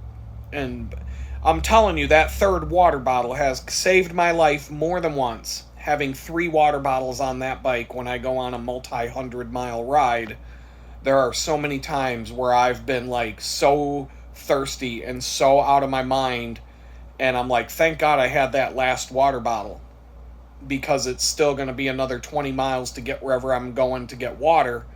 But I always take a water filter, so if there's a creek or anything, any kind of water source, I can always fill my bottles. I always have some sort of way to get water, even if I got to dip into the creek or something to get it. But it'll still be nice. It'll still be nice to have that. I've never liked having that water bottle cage, and I had like a traditional steel water bottle cage, and I had to bend it to the side to keep the chain rings from rubbing up against the water bottle when I ride. And I never liked it, but I always used it. I'm like, you know what? It works. Um, it works. It doesn't, it works. So I never really messed with it. But today I was like, I don't really need the extra water bottle right now. I keep taking it to work, but I don't really use it. For the 20 miles, for a 20-mile ride, 1 water bottle is going to be enough. There's plenty of places to stop and get a Gatorade or whatever if I need something. I don't know. Since I'm doing like heavy maintenance today, and I wanted the bike to be like, I wanted to improve everything I could, I just was like, you know what, I'm gonna let that one slide. Take that water bottle cage off. See if I can figure out a better use for that. And I think fender, a down tube fender is probably a better use of that. And then between that and having a bike rack on the back, for a long, and I don't even know when or if I'm gonna do a long distance bike ride anytime soon. So, just having, I don't know. I'm gonna look into that. We'll see what happens. I'll see what I find. But it felt really good. I wanted to just chill today. I did not want to do anything today. I'm exhausted. I had no energy. I didn't want to do anything today. But I was like, you can't just let this slide. I'm going to have all these bike parts sitting around, and I got tools to put away. I got all kinds of stuff to put away. A whole table full of stuff. I got to clean the floor. It did give me a good idea doing the bike work in the tiny cabin here. Gave me a good idea of what I would be in for for example, if I move into that garage apartment, that really nice apartment, and I want to work on the bicycles on the first floor. Well, it's got a really nice... What's going on, everybody? I don't even know what I was in the middle of saying. Oh, man, I look like I feel, man. So I worked on the bike. Oh, I got the bicycles done. I think it was 1 o'clock. And it took me until 7 to get the bicycles done. Both of them. And that was working at I'm going to say a medium pace. I know I repeated this. I don't know what I've said and what didn't get said, but working in a bike. Look at me, man. I want to shave. I don't want to go in looking like this tomorrow, but I just got done putting away all the bike tools and just barely started cleaning up this place. This place is so fucking trashed. This place has become a cesspool. It's so fucking trashed. I get one thing done and 6 other things fall behind. The place, like, I haven't had a clean place since sometime in March. Ever since this fucking dickhead started his fucking bullshit with me on April 3rd, everything is just, I was already on the edge of my sanity and just trying to struggle to get, some sort of pace going, some sort of fucking rhythm. And this motherfucker just threw that in the trash. And now, like, this is my only day off between the bakery runs. And I started working on the bikes at 1. I relaxed for a few hours this morning. I have to shave. I cannot go in tomorrow like this. I'll be going. I'm already going nuts. Like, I'm sitting in this chair and all of this is starting to bother me like crazy. So I can't even go to bed yet. I have to get up at 5 in the morning, and it's already 11:15, and I just finished putting the bike stuff away after I got done with the bicycles and parked them out on the porch. I had to eat. I literally, I have no, half of my dishes are dirty again. The countertops, every square inch of space. I was putting clean dishes on my bed because I didn't have anywhere else to put them to dry. I'm like, literally, I have to put dishes on my fucking bed to dry because there's nowhere else to set them. Nowhere. And so, like, I did a few dishes. Like, I didn't have the means to cook anything for dinner, so I had some ham and cheese and bacon, already cooked bacon sandwiches. So that was fast to make them, but I had to make them on top of the fridge because I didn't have anywhere else to make them. I pulled a fucking plate out of the camping drawer, and I threw some sandwiches together on a plate, and then I sat at my desk and ate over there. And I had some orange juice, so I didn't have to worry about getting anything to, I didn't have to do anything to have something to drink. And then after that, I'm like, I gotta pick up a huge mess of tools, and I think I know what I was saying before the video cut out. My phone ran out of space.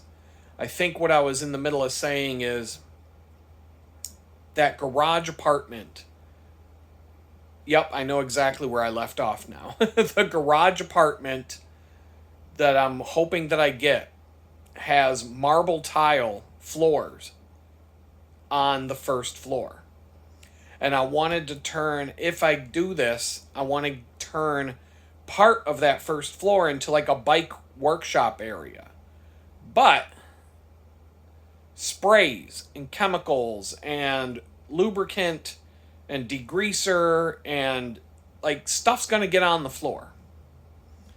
So, I know that I can go to Home Depot and get some rubber-backed floor rugs.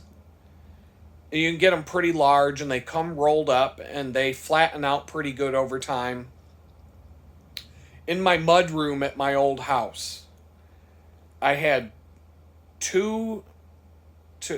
somewhere between 2 and 4 of these rubber-backed but fabric. I don't know how to explain. It's like a checkerboard pattern, almost like a welcome mat, where you could, when you walk across it with shoes, it captures a lot of the dirt. Just rubber mat, but the rubber on the back of them keeps liquid from going through.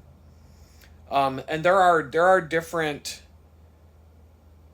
floor mats that I can get to put under the work stand, so that if I'm working on the bicycles and stuff drips, but it's going to look like shit. It's going to look like total shit no matter what, because I was looking at the floor today because I decided to do the stuff inside.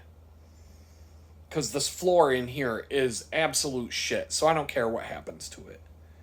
This guy, when he put in this fucking landlord, I don't even know how he finds the absolute cheapest piece of shit way to do anything he tries to do in here.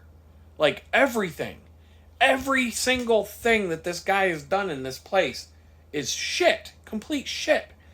And the material, I'm like, where do you even get this fucking bullshit material? This floor. This floor is literally like a roll of black Scotch tape or some shit.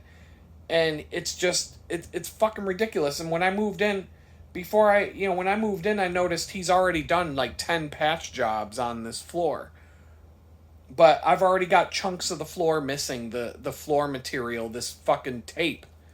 And then underneath it, it's like some cheap ass, it's not even plywood, it's like some sort of, it's like the cheapest fucking board. If I stomped my feet, it would probably go through the floor. Like, this is the biggest piece of shit I've ever seen in my life. I looked at a couple of tiny houses while I've been looking for a new place to live, and they were way better than this. Way better than this. Like, oh my god, this fucking guy. I don't know, man. I don't know if this tiny house was like something that he had delivered and dropped off and then had somebody from a Home Depot parking lot that he picked up come over and finish it off. Because I know you can buy some of these things that are pre-built, and this looks like a pre-built. But I don't know. It's like a shitty version of these. It's hard to explain. You'd have to see it up close. And look, I'm almost done with this motherfucker. Hopefully I got 2 weeks left here and I'm out. So,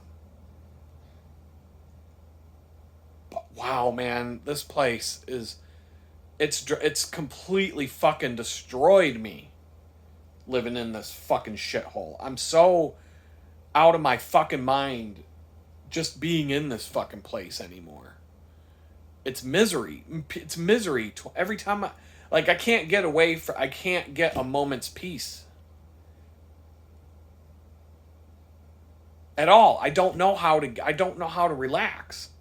I don't know where to go. There's nothing I can do to get away from this. I'm just so fucking tired of this place. I'm so tired of Houston right now. I don't want to judge, I think, Jamestown sucked, Houston sucked. I don't know if Pittsburgh would suck. If I was in Pittsburgh, there's a good chance that it's like I wouldn't be completely alone if I was in Pittsburgh. I would have people to talk to, and I would have a little more resources available, but there was no fucking way I was going back to prison. They were going to put me in a fucking halfway house. And I'm like, you know what? I'll take my fucking chances in Houston. I'm not going to live in I'm not going halfway back to prison. You got to be out of your fucking mind. When I didn't do anything to deserve that shit. I got thrown out into the fucking street, and that warrants me getting sent back to halfway prison. No. That's what it is. When you're out in the street and you get sent to a halfway house, that's not a halfway house, that's a halfway prison. That's halfway back to prison. If I thought that living in the homeless shelter was bad, the halfway house would have been 1,000 times worse. Oh my god, I might have actually found an open window and jumped if I got sent, or I would have climbed up to the building in downtown Pittsburgh where the halfway house is a pretty tall building, found my way up to the roof and just jump. That's the end. I wouldn't have made it. I wouldn't have made it. I can't take being around that shit anymore. I wish I could say more about what's going on, but I'm not. In terms of what I see every day. But, so 7 o'clock I got done with the bikes. I'm happy about that. That turned out great. The bicycles, both of them are in better shape than they've ever been. In fact, the Cannondale, honestly, I think it's better. Like, this is the best rendition of my Cannondale that I've ever had.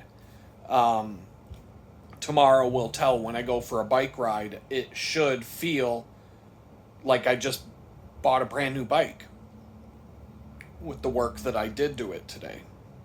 Um, there were some what do you call it? Some, I don't want to say issues. There were some things that I would have liked to have done differently. It's like 97% out of 100 in terms of perfection. But it's not perfect as the enemy have done, and I got it done. It looks nice, it's beautiful, it's clean. Oh my god, it's so clean. Both bikes. The Specialized, the Silver Bullet is a little bit not... I didn't go as detailed on the cleaning, but I did clean it pretty well. Both bikes got significant upgrades, things that they needed. I did look into, in between the video going bad. So on the Cannondale, the under the down tube, the two bolts that hold the water bottle cage near the bottom bracket, they're too close to the bottom bracket to be of any use for putting a down tube fender or mud guard or whatever you want to call it. I looked at some of them and I kind of measured it out in my mind, and I'm like, yeah, it won't work. It's too low. Regular water bottle cage, I don't know. So I'm going to try out some different water bottle cages and see how it goes. If I can get a side-loading water bottle cage that holds a standard water bottle tightly and better than a standard cage, and it doesn't interfere with the crankset, with the chain rings, nothing rubs against it, and it doesn't get... in the case of where I'm going to carry a second water bottle, I could even add a Velcro strap to hold it in place. And I have an idea of getting a different kind of water bottle down there, something with just a regular cap and not a, bite valve cap, because of the fact that that bottle is going to get so much dirt and stuff kicked up on it. I might be able to get a bottle that holds more water but doesn't have a regular cap that you drink out of. And what you would do is you would take your empty water bottle from above and fill it with the one below. And then on a really long distance bike ride, I could still get the behind the seat water bottle mount that holds two, and I could have 1, 2, 3, 4, 5 water bottles on a long distance ride. And I'm like, man, I've been on some long distance rides where 3 water bottles weren't enough.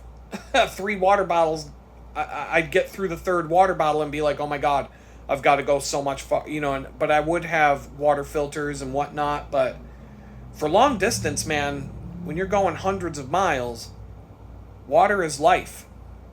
It's weight. Water is also weight.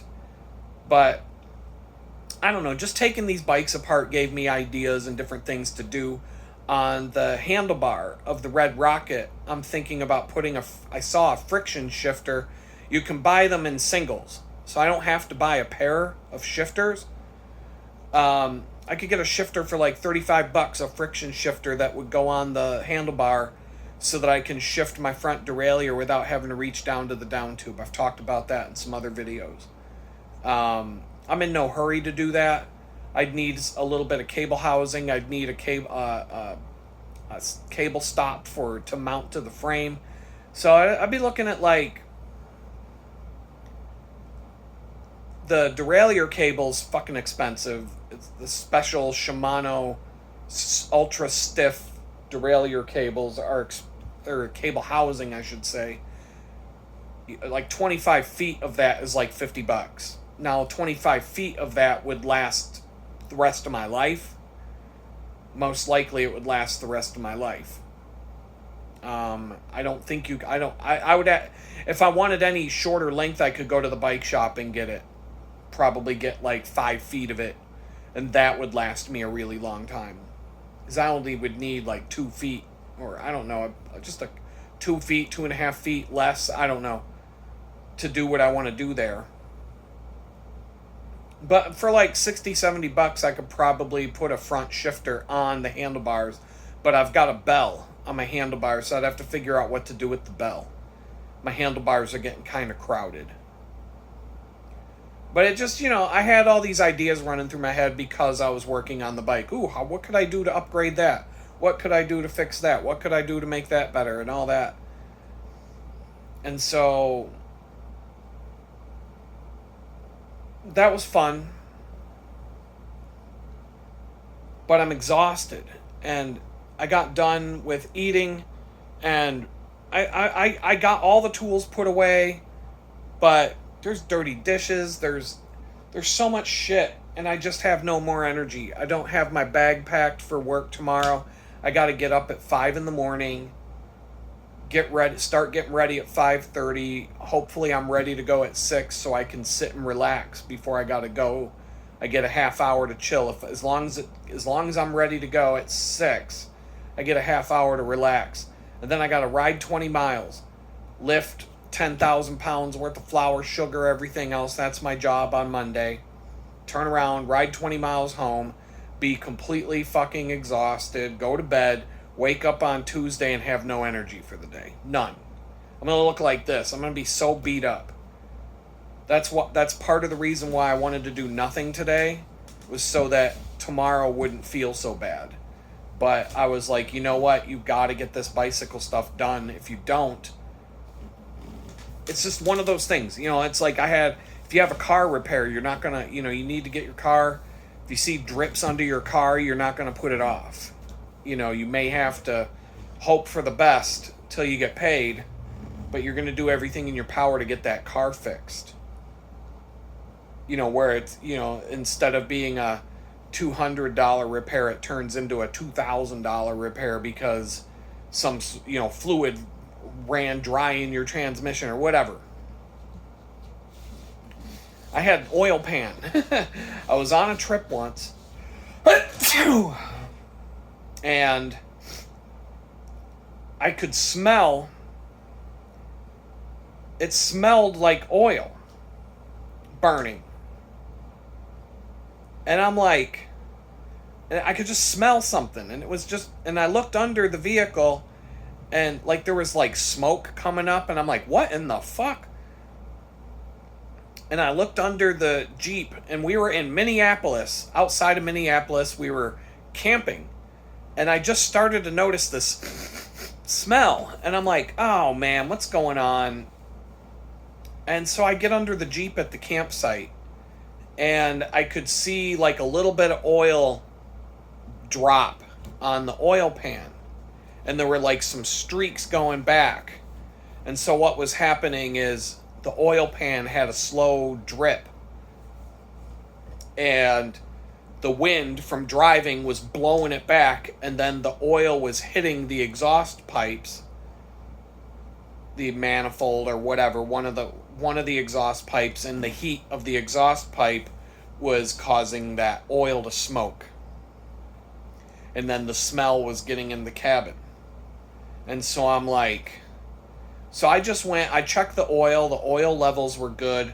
I stopped at a gas station the next day and I picked up a few quarts of oil just in case, because we were like 1,000 miles from home or some. We were a long way from home. And we had to go, we were on our way through the Upper Peninsula of Michigan. We basically just decided to let it, just take it easy. We weren't driving fast. We weren't going off-roading or anything. At one point a check engine light popped on and I'm like, what the fuck? And so I have a scanner, just a cheap, the basic scanner. And so I looked at the codes and I'm like, it's probably related to this oil, it's probably triggering a sensor in the exhaust because of what's going on and whatnot. So I just reset the code. I reset the OBD port and put the scanner back in my tool bag. And the check engine light never came on again for the rest of the trip. And so I'm like, okay, fine, cool. We get home. And I take it to the shop. And just tell them, I'm like, yeah, it looks like my oil pan needs replaced. I've got a slow leak coming out of it. Well, So so my mechanic, when I come to pick up the Jeep, he goes, check this out. He shows me my oil pan from the bottom of and he's like, look at this. And he starts poking his finger through it. The shit was corroded to the point where if I had started poking at it with my finger at the campsite, it would have literally drained all the oil right out of the fucking engine. Right then and there. It was just hell. It was like corroded in this one area where you could literally just poke your finger through it. All I would have had to do is go with my thumb and it would have poked a hole the size of my thumb in it. And I had no idea because I wasn't fucking with it. I just was like, I don't want to fuck with this thing. I just want to get home. So I just took it easy, you know, like I said, we were on roads, we weren't going off road. We did go on one dirt road or dirt trail. We went to look at this thing and it ended up being this dirt road / dirt trail full of potholes and shit. So I mean that was the one part where things could have gone wrong. A stone could have got kicked up or who knows what, but we weren't going fast. We were just cruising along. We were going really slow. We weren't in a hurry. You know, we weren't driving like crazy. But when I saw how bad that was when I got home, I was like, holy shit. That was like $100 to replace. But if I had opened up a hole in that thing, or if, for example, a stone got kicked up and just, boom, poked a hole through it. Because it was like you could poke your finger through it. If a stone had come up and poked a hole through that thing, that would have been, instead of $100 repair, that would have been like the end of my Jeep. That would have been like a new engine. Or I would have had to realize that something's wrong. Hopefully, like maybe an oil pressure light or something would come on to tell me to pull the fuck over and get a tow before things got really out of hand. But, you know, that's a situation where $100 repair turns into a $5,000-$6,000 repair all of a sudden just because, you know, you neglected something that needed to be fixed. And it's the same with the bicycle. I noticed that the drivetrain on the Red Rocket, there were things going on. There were noises. I'd be riding along and I kept hearing like once a week, I'd be riding along and all of a sudden I'd hear like a ping and I'd be like, what the fuck was that? And I'd look down and I always kept thinking maybe a stone got kicked up from the wheel into the down tube. And because that happens a lot, especially on mountain bikes, you kick up a stone and it just goes ping off of your frame. And so I'm not too paranoid about it, but now I can see that the chain being all stretched out and not meshing with the gears properly, it was probably every so many revolutions, or if the chain was in just the right spot, it was basically the chain self-adjusting and popping as I would go around a certain cog or whatever. It would just pop. And I'm not thinking that this problem would have left me stranded somewhere, but once I noticed that the chain no longer fit on the chain ring properly, and there were severe gaps on the bottom of the chain ring, I'm like, wow, that chain is really stretched out. And once I noticed it, I couldn't let it go. I was like, I started riding that bike less. I took the Silver Bullet pretty much every day since I noticed it. And I only rode the Red Rocket when I had to go look at a place to move. And I went on a 50-mile ride, it was a 60-mile ride, and I had no problems with it. It wasn't like it was so severe that I couldn't ride the bike. It was just one of those things. It was like that oil pan. Is this going to cause me a problem when I'm out to where I'm going to get stranded? Like, there are certain things that could happen out on a bike ride that could leave you stranded. I've had mountain bike issues where I didn't get stranded, but I had to walk back. I had to walk out of the woods. Usually I've had derailleurs break off. I've had even that can be handled out in the field.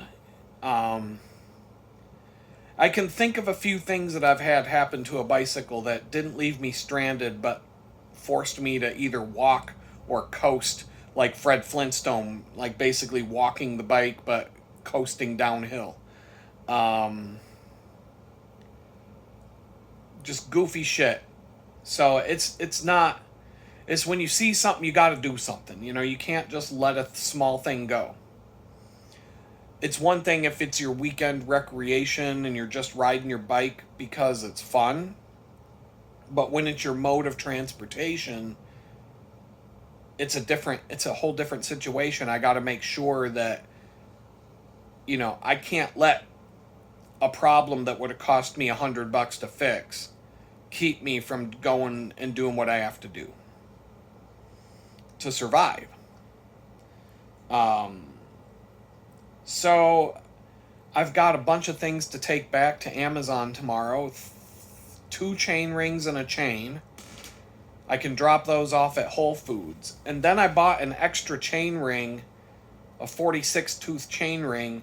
I have a 39 and a 53, but the first ones I bought was a 53 and a 46 because the 46 was the smallest I could get with the same brand. But it wasn't small enough. And I'm like, 53 to 46, that's almost not even worth having 2 chain rings up front. And so I'm like, can I get one that's smaller from the same brand? And I did some searching on Amazon and I found one. I found a 30, I could get all the way down to 38 tooth, but I decided to go with 39.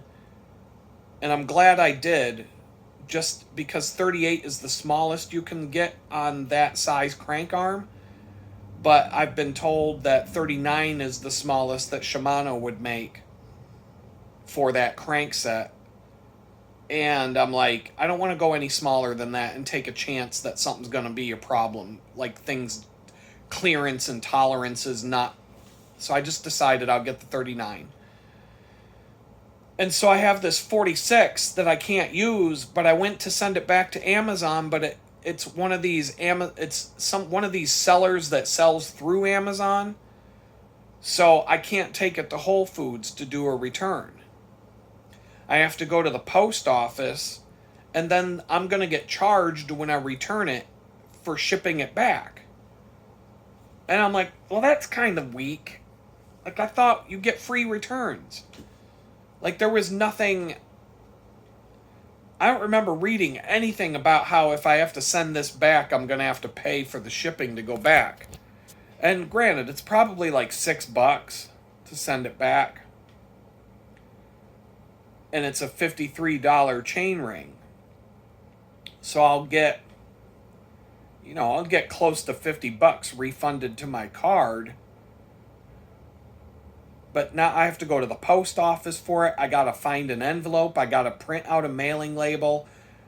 By the time I'm all said and done, I'm going to spend like $10 to send the fucking thing back. And I'm trying to say to myself, do I have a use to keep it? I have a 53 on the front and a 39. I can't put a triple, and it wouldn't work because for a triple crank set for the small chain ring, it would have a smaller bolt diameter. So I couldn't even set it up as a triple. But I'm trying to think, is there a scenario where it would make sense to swap out one of my chain rings for the 43 instead of the 50, or the 46 instead of the 53? And I'm like, I don't really know, because it's like the gear ratios, and like I don't think it wouldn't actually give me any advantage at all. I think it would just take away, it would just compress the range of gears that I already have and not give me anything new or better. So I don't think it's even worth keeping. So I guess I'm going to send it back, but I'm not even going to bother trying to do that tomorrow because I got other things to do. I thought I could just take it to Whole Foods and be like, here, and return everything at once. Because Whole Foods, that's going to be a pain. I got to go to, okay, so yeah, by the time I get home tomorrow, holy crap, I got to go to the bakery, then I got to work, lifting all that stuff. After I get all the stuff put away, I've got to get back on my bike, go to the bank, come back to the bakery, and then after I'm done with the bakery, I got to ride out to Whole Foods, which is out of my way to go home, drop off all the stuff to return to Amazon, and then go home. And so I don't even I probably won't even be home until 7 o'clock, 8 o'clock. I don't know. And then I got to get up in the morning. Or no, yeah, I got to get up on Tuesday morning to have a meeting that I've been having every week. And that's a good thing because it forces me to get out of bed. Because all I'm going to want to do is sleep on Tuesday. And I'm going to have, it's just, I'm like, so, I'm just shot out. I'm so incredibly burned out and shot out. I can't even, I have not been this burned out since the day I came home from prison as I am right now. Not even close. Not even when I was homeless. Not when I was living in that apartment in Jamestown. Certainly not when I was living at my best friend's house. That was, there was some stressful moments there, but nothing compares to what I'm going through right now. Like, I'm really at the limit of what I can take. I can't do this anymore. Everywhere I look, it's so beyond.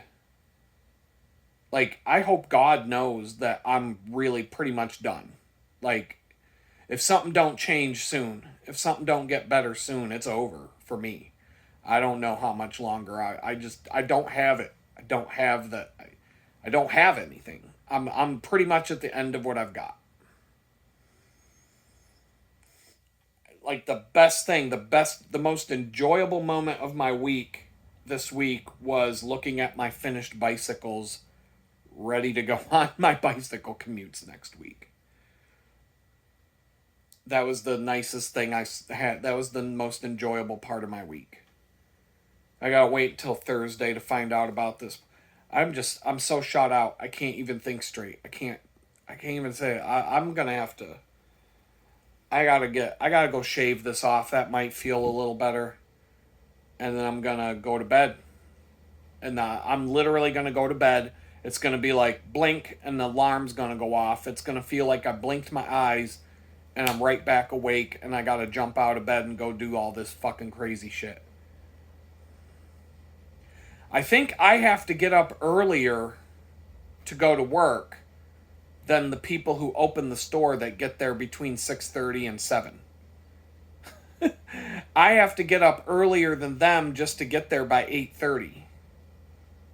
They can probably get up at 6 and open the store by 7. And I got to get up at 5. And if I don't get up at 5, I'll have a hard time getting there by 8:30. I got to get 3.5 hours.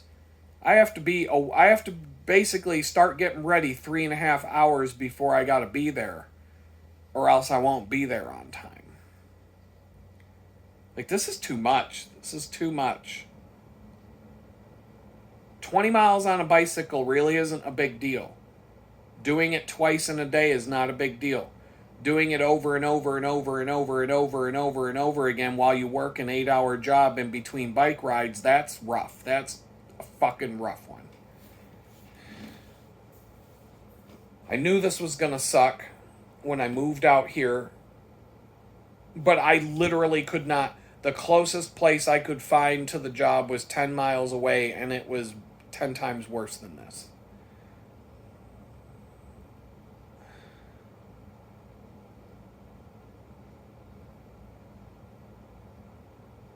As bad as this place is, that place was so much worse. I was like, I was really beside myself when I went and looked at that place that day, and like I said, every time I go look at a place, I gotta ride my bike to get there. And that day it was like 40 degrees outside, and I had to ride all the way out there, look at the place. Then I had to go back to the bakery because we were having something at the bakery, even though it was Sunday. And then I got to go back to my friend's house. Wow, I'm just like, every time I think about some of these things, it's like, it's so crazy. I had to watch the video that came out today, which was the one I shot. I think it was the 28th of April. Today is May 11th. Bunch of asshole comments on the last few videos bitching about how I'm putting videos out a week and a half after I record them. Like, go fuck yourselves, you motherfuckers. Like, seriously, I don't give a fuck about your stupid fucking shitty comments. It doesn't, and this is like, all I'm saying this for is proof of what I say. How many times have I said on these videos, it does not matter what you do. It doesn't matter what you say. It doesn't matter what you do. It doesn't matter how much you edit your videos or how much you don't edit your videos, or how long you make your videos or how short you make your videos. It doesn't matter what the video is about. Nothing matters. No matter what you do, people are going to show up and take a shit all over the comment section, and that's what they do. That's what they do, and oh my God, it's so fucking ridiculous, though. Reading all the shitty comments I've gotten since April 3rd, when this whole thing started, and this whole apartment, this whole tiny house situation fell apart. The amount of fucking trolls that jumped out of the fucking woods to take a shit all over the comment section blows my mind. Because when things were going decent, when things were going upward, they were nowhere to be found. But as soon as something takes a downward turn, they come out. And I'm like 50-50 on, I might just start kicking trolls off the fucking channel. Cause I'm not, like, I don't give a shit. Nothing that these people say have any effect on me in terms of, I read the comment, I'm like, wow, you're a fucking asshole. And then I delete it, or I delete the email as I get them in the email. I don't actually read the comments on the channel most of the time, because YouTube sends me an email every time I get a comment. So I check my email. 6 new YouTube comments. I'll read them. Oh, okay, cool. And then I respond if I have time. And the amount of fucking assholes, it's insane how many assholes have shown up since April 3rd, when this tiny house started to fall apart. It just makes me wonder, do these fucking people, when the hurricane remnant washed out all the roads in North Carolina, did they drive down to North Carolina to laugh at all the homeless people and take a shit all over them and fuck with them? I mean, they probably would have got shot if they did, because people in that area of North Carolina wouldn't take kindly to that. But, like, is that what these people do? Just wait for something bad to happen to somebody, and then so they can go take a shit on them? Like, you got nothing better to fucking do but watch this YouTube channel of a dude sitting in a chair talking, waiting for something to go wrong so that you can be like, ha ha ha, now I'm gonna take a shit all over the comment section and be a total fucking dickbag. Because I guarantee you, if things were going well and I was reporting, oh, I just got a job and I'm making good money now and I got a new place to live, look, it's a beautiful home and this and that and the other thing, I got a car, and these people would just go away. But the second, like, if my car breaks down, 10 of them will show up. Ha ha, you motherfucker! Ha ha, you piece of shit!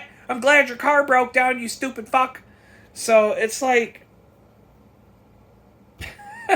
I'm at the point where, like I said, I don't care. When I get off this video, I'll forget all about it. I don't give a fuck. I got other things to do. I'm saying it for the benefit of the audience, because some of you out there have your own channels, or some of you might be thinking about, you want to do this, you want to get on YouTube and do it yourself and talk about stuff and whatnot. And all I'm going to say is do it. Do what you want. And don't worry about what other people think, because proof is right in the comment section here. It doesn't matter what the fuck you do. You can go to the most positive person on YouTube, the most, happy-go-lucky, positive person on YouTube, and start reading through the comments, and you'll find someone taking a shit in the comment section. And if you don't, it's because the creator goes through the comments and deletes the ones that they don't like. But I do have the ability to just block the trolls. I'm if I see some, like, there's some that just show up on almost every video, just, hey, I'm going to leave a shitty comment, fuck you, bye, and that's it. And I'm like, do I block them? Do I just block them so they can't comment anymore? I can make it so they can't comment anymore, but they can still watch the video. But then I'm like, what kind of a hypocrite would I be? I believe in free speech. And, even if you're an asshole. So I'm not going to do it. I'm not going to block them. I don't care about it that much. But I could. Sometimes the thought crosses my mind, I could just block all these motherfuckers and just... I know a lot of YouTube creators do. There's a lot of live streamers that I can name that if you say something shitty in the live stream chat, some of these people got super fans to where their fans will moderate the live chat on the live streams. And if somebody starts coming in acting like a dick, they'll kick them right out. They'll kick them right out within 3 messages. So that the host who's doing the live stream doesn't even have to do it himself or herself. And, do I want to go to that level? I don't think so. But in those cases, in those live streams, sometimes these trolls show up and they take over the live chat. They just start posting one thing after the next, after the next, after the next, just being a total piece of shit. And it gets on everybody's nerves who's there to actually watch this person and listen to what they have to say. And so it's like, bye, you're out. And they get kicked out. And then, people are going to stomp their feet and throw a fit. You don't believe in freedom of speech? No, I have never deleted a comment. And I have never kicked anybody off the channel or banned them or blocked them. And I don't plan on doing it anytime soon. But I have thought about it. I'm like, boy, that button's right there. I could just be like, block. But I don't. I don't. But people are mad that I am not posting videos the day I shoot them. And the fucked up thing is, if I didn't tell you what date it is, you wouldn't even know. If I didn't tell you that today is 2 weeks ahead of when you're watching it, you wouldn't even care. You wouldn't know. You'd have absolutely no idea. You would think that this, whatever I'm talking about, is happening today. But all of a sudden you need the real-time update, up to the minute weather, up to the minute news, live at the scene. It's like even the fucking news media, when they do a live news report, live at the scene where some shit happened 6 hours ago, but we weren't there. But we're here now, and it's live. We're live in front of a building where something happened 6 hours ago. Yeah, nothing's going on right now, but right here, live, where we are right now, live, 6 hours ago, some shit went down. Why the fuck why don't you just sit at the desk at the newsroom at that point? What's the fucking point of going to the building where nothing's going on right now to say that, oh, we're live from the building where some shit happened 8 hours ago, but nothing's... As you can see, the building is empty and the lights are out now and nothing's going on. But 8 hours ago, some shit was going on here, but we weren't here in time, so we're here now, but we're live. Who fucking cares? Who fucking cares? I'm telling a story. It's really critical to national security and making sure that everybody's up to date on the daily news about whether or not I got a place to live and whether or not all this shit, how, what happened with this crazy landlord situation. It's that important. It's that important that you need to be up to the minute informed. Like, I should just be walking around with a fucking camera everywhere I go, filming my entire day. Look, I'm at the bakery. Look, I'm on my bike. Look, I'm back at the tiny house. And here's this and here's that. It's like, get a fucking life. Get a fucking life, everybody. I mean, I'm not, some of you are cool. I ain't got no beef. There's this one dude who sent me a text, something about how he thought maybe I took a message that he sent me as being mean-spirited, but it wasn't. And I hope you're cool in my book. I ain't got no beef with you. And I don't even know what message you were talking about, because I don't think I ever got it. Because I got the message saying that please don't think that I was being mean to you. And then I'm like, I never thought you were being mean to me, but unless I'm just missing something because of this time delay between the videos I'm posting and the videos I'm shooting. But I do plan on resynchronizing into being like more up to date in real time when I get out of this fucking mess. But for now, it's kind of convenient that one day a week I can just edit and queue up all these videos and be covered for the next 5 to 10 days while I'm dealing with this shit show. And then I can just shoot a video whenever I have a minute to talk. But that just reminds me, I gotta get in the shower and shave this off and get ready to do this tomorrow. So I'm gonna let y'all go, and we'll talk again later. Peace out.